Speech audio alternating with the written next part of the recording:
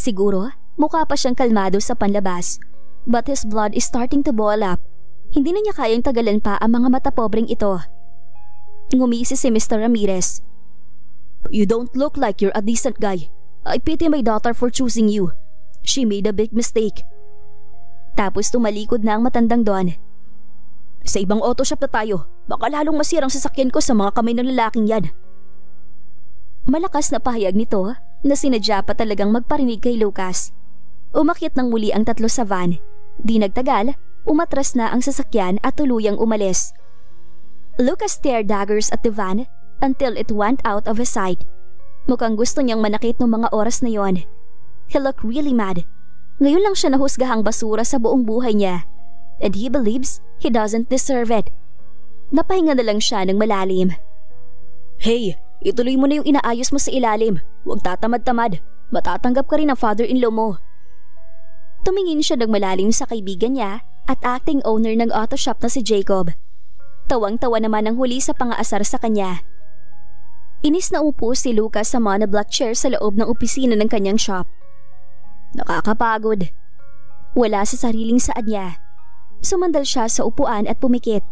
Pakiramdam niya, walang natirang enerhiya sa katawan niya. He felt so tired and weak. Pare, narinig niya ang pagbagsak ng kamay ni Jacob sa wooden desk. Dahil special ka, arawan ang sahod mo. 400 for this day. Saad nito, bigla siyang napadilat. 400? Kunot noong bigkas niya. He looked under Jacob's hand and saw 400 pesos papers. 500 per day ang pasahod ko sa mga trabahador ko. Bakit 400 lang ibibigay mo sa akin? Pagrereklamo ng binata. Lucas, yung 500 hanggang alas 8 yon. Alas 2 pa lang, nag-out ka na. Oh, what will you expect? Justified na sagot ni Jacob. Napahilamos naman ang mukha si Lucas. As much as he wanted to continue working until 6 p.m., pagod na ang katawan niya. Gusto na niyang humiga. Fine, babawi na lang siya bukas o sa susunod na araw. Samahan mo ko, sabi ni Jacob. Bag-out ka na rin, samahan mo na lang ako. Pupunta tayo sa mga hula. Lucas smirk. Ayun ka na naman sa hula-hula eh. Tao ang gumagawa ng future nila. Hindi yan mga hulang yun. Allergic na ako dun. Huwag mo na akong isama. Ano ka ba? Nagkakatotoo ang hula nun pare. Nakabase ang hula niya sa posisyon ng mga bituin sa langit. Isa siyang legit na astrologer. Suki nga siya ng mga program sa TV tuwing New Year eh. Wala na rin siyang nagawa dahil nauna nang lumabas si Jacob. They rode Jacob's car papuntang Freedom Avenue. At dahil malapit lang naman iyon sa auto shop, nakarating sila within 10 minutes. Sumunod na lang siya sa loob ng shop na puno ng mga Chinese lucky charms and accessories. Sa counter ay nakita nilang isang matandang babaeng nakatakip ang isang mata. When he met her gaze, umiwas siya kaagad. Madam Catalina, long time no see. Kumusta? Saad ni Jacob. Kanina mabuti, ngayon hindi na. Bakit mo dito dala yung lalaki na yan? Napakamot naman ng ulo si Lucas habang panay ang iwas ng tingin sa matanda. Buong akala niya hindi siya nito makikilala. Yun pala ay tandang-tanda pa siya nito kahit halos 1 taon nang nakakalipas mula nung huli silang magkita. Malas yan! Wala ka dala-dala sa buhay. Wala tiwala sa Chinese astrology. Kaya lagi talo sa kasino. Siya sira lucky charm na kinuha sa akin.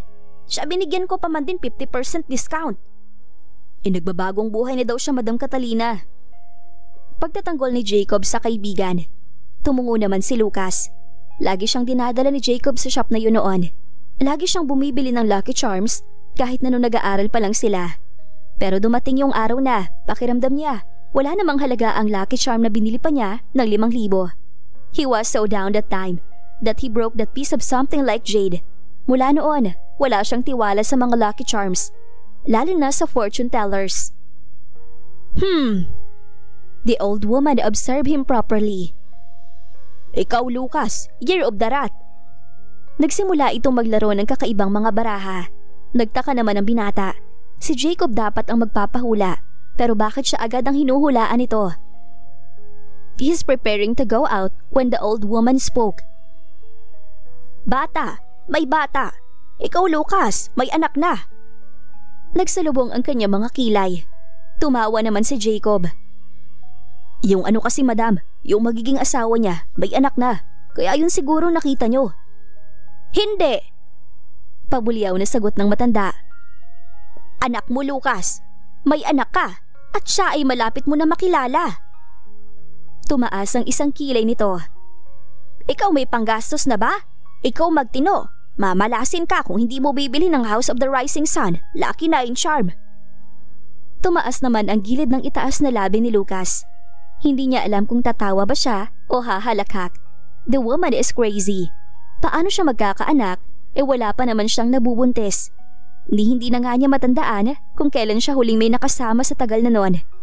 Kalokohan na manghuhulang ito. He smirked as he shook his head. Kalokohan. Sabi niya bago siya tuluyang lumabas. Umuwi siya sa apartment ni Althea sakay ng taxi. But he realized there's nothing to do there that early. Nasa eskwelahan pa ang babae at kung maghihintay siya, maiinip siya. Pumasok siya sa kwarto ni Althea at naghanap ng shawl. When he found a pile of shawl on her closet, humugot siya ng isa at dali-dali lumabas. He called Andres while he's on the way, asking Althea's class schedule. Buti na lang talaga, kilala siya ng guard ng university dahil nakatira ito sa kanilang barangay kaya malayo siyang nakakapasok. Binasa niya ang text ni Andres at hinanap ang building 2 sa university. Lumabas saglit si Althea mula sa klase dahil kailangan niyang gumamit ng toilet. Dahil wala pa namang basa sa kanyang dibdib, iniwan niya ang kanyang shawl na nakasabit sa armrest ng kanyang upuan. Unfortunately, pagkatapos niyang umihi, nakita niya sa toilet's mirror na may kaunting basa na. Humalukikip na lang siya upang matakpan iyon nung pabalik na siya sa classroom. Unfortunately again, she found her shawl on the chair missing. Ami, nakita mo yung shawl ko? Tanong niya sa babaeng katabi niya sa kanan. Umiling lang ito at tumingin na sa harap. Nakita mo yung shawl ko? Tanong ulit niya sa isa pang katabi. But they just shook their heads. Nanatili siyang nakatayo at nagpaikot-ikot ng tingin, subalit hindi niya nakita ang kapirasong tela na iyon. Someone's chuckling and it's from the boys. Ugali talaga ng mga itong asarin at pagtripan siya. Miss Ramirez, is there any problem? Asked the prof. My shawl is missing, ma'am. Nilagay ko lang kanina dito sa upuan ko. She informed, though she already knew who the culprits are. Ayaw lang niyang gumawa ng malaking eksena. Okay guys, kung sino man na nagtago ng shawl ni Miss. Excuse me ma'am, sino po si Althea Ramirez? Lahat ay napatingin sa pintuan kung saan biglang lumitaw ang isang estudyanteng, batid ni Althea na mas bata kaysa sa kanila. Maybe a freshman sophomore. Ako po, bakit? Tanong niya. Ay ate, may nagpapabigay po nito. The young student lifted up a piece of cloth na pamilyar sa kanyang paningin. It's one of her shawls, pero hindi iyon yung nawawala. Gayunpaman, nilapitan na rin niya ito at kinuha iyon. Kanino galing? Dun po sa lalaki kaso hindi ko kilala. Ah sige, salamat. Bumalik siya sa kanyang silya na nababalutan na ng shawl. It's feel comfortable. Parang ngayon lang niya iyon naramdaman. Then a couple of seconds after he sat down, naramdaman din niyang tila may nakamasid sa kanya. Gumalaw ang kanyang ulo at napatingin sa labas ng bintana. There, in the next building's rooftop, stands a familiar man. Malapit lang ang building kaya kitang-kita niya nang kinindatan siya ni Lucas. Umiwas kaagad siya ng tingin. Ngunit hindi rin niya natiis na hindi ito tingnan muli. The second time she swayed her head to his direction, Lucas gave her a very genuine smile. She should be feeling annoyed, pero biglang nawala ang lahat ng takot at pangamba niya. Pakiramdam niya, protektado siya ng taong ito. Nagtatakang napatingin si Claire sa kaibigang si Christy nang ito ay pabagsak na umupo sa harapan niya. Masama ang mukha nito, parang natalo sa sugal. Tumaas ang isang kilay ni Claire, ngunit nakangiti siya. Amazed na amazed sa hindi maipintang pagmuka ng kaibigan. Sorry, palpak ang plano. Naiinis na saad ni Christy. She crossed her arms angrily. Madali lang itong mainis, lalo na itong mga nakaraang araw dahil ito ay naglilihi. She's on her second month now, but only her and Claire knows it. They are keeping it hidden para hindi ito mapilitang i-drop sa mga subjects nito. Naitago nga nila yung shawl ng Althea na yon, but someone sent her another. Mukhang meron siyang tagabantay or utusan dito sa school. Hindi naman natin alam kung sino-sino mga kaibigan niya. Wala siyang kaibigan dito. Naniniguradong tugon ni Claire. She checked the whole canteen to make sure na walang nakikinig sa kanilang pag-uusap. Bago siya nagsalitang muli. Okay lang yon. Marami pang ibang paraan para mapahiya siya. Galit na si Daddy sa kanya. Cause you know what? Her boyfriend works in an auto shop. Nang makita nga namin ang dumi-dumi ng lalaking yon. Akala mo taong grasa. Ew! Wala naman lang standard si Althea sa pamimili ng lalaki. Kung sino-sino na lang. Kaya nahihiya ako maging kapatid siya. Pangit ba yung lalaki? Actually, hindi naman. He's handsome kapag nakapaligo at nakapagsuot ng maganda. But come on, anong mapapala mo sa lalaking yon? Isang mekaniko lang. Pag uwi nun, amoy langis, amoy grasa, amoy usok at pawis. Kung ako si Althea, never ko siya nga halikan. Claire grinned and rolled her eyes. Awang-awa siya sa kanyang kapatid. But at the same time, tinatawanan niya ito. Althea is so pitiful, and that is what she wanted to see. Paano kung mahal naman talaga niya yung lalaki? Malay mo magaling yon. Malay mo, mas magaling pala yun sa jowa mo. No way! Tried and tested ko na si Henry, at siya pa rin ang pinaka-the best sa lahat ng lalaking nakasama ko. Kaya nga hindi ko nahahayaang maagaw pa ulit siya sa akin ni Althea. I'll do everything para magkatuluyan kami. Yun naman pala bakit mo pa pinapakailaman ng love life niya? Claire looked at her friend with an intense gaze. Unang-una sa lahat, ayaw niyang kine-question siya sa mga gusto niyang gawin. Cause I don't want her to succeed. She replied as she flipped some strand of her hair. Maiba tayo. Si Travis nakausap mo na about your pregnancy? Bigla naman naging malungkot ang facial expression ni Christy. Kaya batid na agad ni Claire na hindi pa nito nasasabi sa kasintahan ng kalagayan. Natatakot ako Kapag may nakaalam na iba at kumalat sa buong school, ma-expel ako. At mawawalan naman siya ng lisensya. Tapos, don't worry, I have a plan. Claire said, you have to talk to Travis. If you need to blackmail him, do it. Help me, and I will help you in raising that child. After a short while of thinking, sumang-ayon si Christy sa kanilang plano. Althea was about to ride a taxi when someone tapped her shoulder. Pagtingin niya, nakita niya si Lucas sa kanyang tabi. Naningkit ang mga mata niya, tsaka siya umirap bago siya tuluyang pumasok sa loob ng sasakyan. Pumasok naman sa kabilang pinto ang lalaki. Manong, sa kanto ng Linville Street. Pagbibigay impormasyon ni Lucas. Hindi, sa Metro Mall kuya. Sabi naman ni Althea, kaya napatingin sa kanya ang katabing binata. Nagsimula naman sa pag-usad ang sasakyan. Mag-mall ka? Yup, I have to buy a new clothes for Darius. Pwede ba akong sumama? Wala kasi itong pera kaya ito nagtatanong. Napairap na namang muli si Althea. Ba't mo ba kasi ako sinusundan?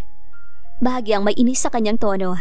Natutuwa siya kanina dahil somehow, na-rescue siya nito sa pagkawala ng kanyang shawl at sa muntik na niyang pagkapahiya. Pero naiilang siya. Hindi pa rin kasi yata siya makaget over sa pagkindat sa kanya nito. Sinisiguro ko lang na okay ang mapapangasawa ko. Diretsahang sagot ni Lucas. Parang may kumuryente naman sa mga ugat ni Althea. She's slightly flattered. Alam mo kasi, nagulat siya nang kabigan siya ni Lucas upang sila ay magkaharap. Gayunpaman, tumingin na rin siya rito. Ang isang lalaki, parang safeguard. Alam mo yung sabon? She just nodded absent-mindedly. Yun, nilikha kami para protektahan ng mga babae. Kung hindi kita pinuntahan, malamang pinagtatawanan ka na naman nila. Dapat nga nagpasalamat ka sa akin Althea was stunned. Kaharap niya ang binata. Masyado silang magkalapit. The space between their faces was just an inch or two. Kaya tumitibok na mabilis ang puso niya, na ngayon na lang ulit niya naramdaman pagkatapos ng tila mahabang panahon. What's with this guy? Pagkatapos na mahaba-habang sandali ng pagkakatitig sa mukha ng lalaki, bumuka na rin sa wakas ang kanyang bibig. Thank you, she softly uttered.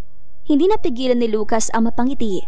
Di nagtagal ay binitawan na rin siya nito at sumandal na ito sa upuan habang si Althea ay tumingin na lamang sa labas. She heavily sighed. Kinakabahan siya sa hindi malamang dahilan.